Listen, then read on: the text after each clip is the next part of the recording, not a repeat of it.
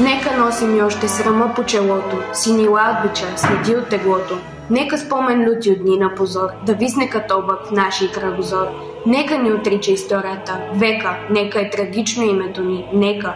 Белайсца стара и нови батак, в миналото наше фърлят своя мрак.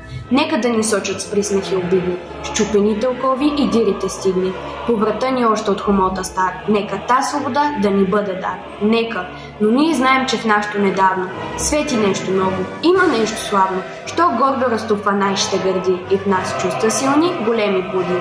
Защото там не иде навръх планината, що небето синьо крепи с рамената, издига се някой див, чутовен връх, покрит с бели кости и с кървав мъх. На безсмъртен подвиг паметник огромен, защото в Балкана има един спомен, има едно име, що вечно живее и в нашата история като легенда грее.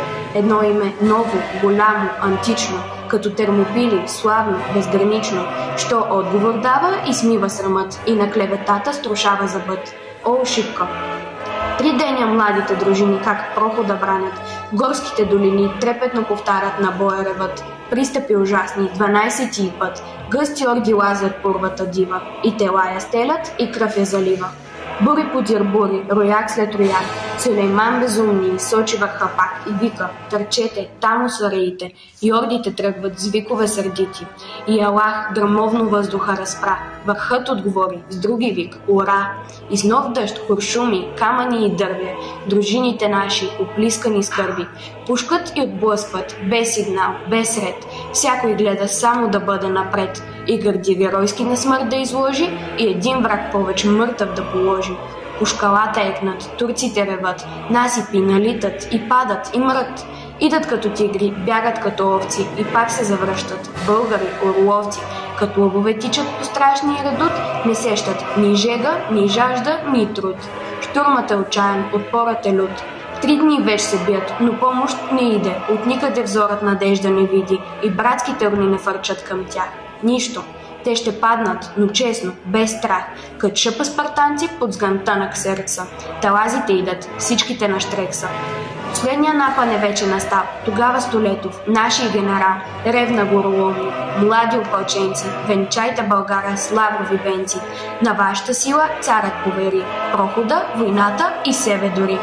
При тези думи силни дружините горди очакват геройски душманските орди, бесни и шумещи.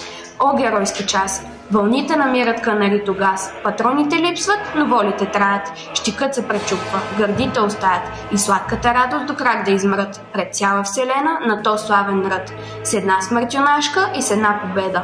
България цяла сега нази гледа, той е враг висок е, тя ще ни съзре, ако би бегали, да мрем по-добре. Няма вече оръжие, има хекатомба, всяко дърво мече, всякой камък бомба, всяко нещо удар, всяка душа плам, камъне и дърве изчезнаха там. Трабайте телата, някой си изкраска и трупове мъртви фръкнаха за вчаска, кът демони черни на черния рояк, като ред струпалят като живи пак. И турците тръпнат, друг път не видели, в едно да се бият живи и умрели, и въздуха цепят с демонски вик, боят се обръща на смърт и на щик. Героите наши като скали твърди, желязото среща с железни си гърди и фърлят се с песни в свирепата сеч, като виждат харно, че умират вече. Но вълни по-нови от орди дивашки гълтат, потопяват орляка юнашки. И още миг ще падне заветния хълм, изведнъж Радецки пристигна с гръм. И днес и още Балканът, щом буря зафаща, спомня този ден бурен, шуми и препраща, славата му дивна като някой ек, от урва на урва и от век на век.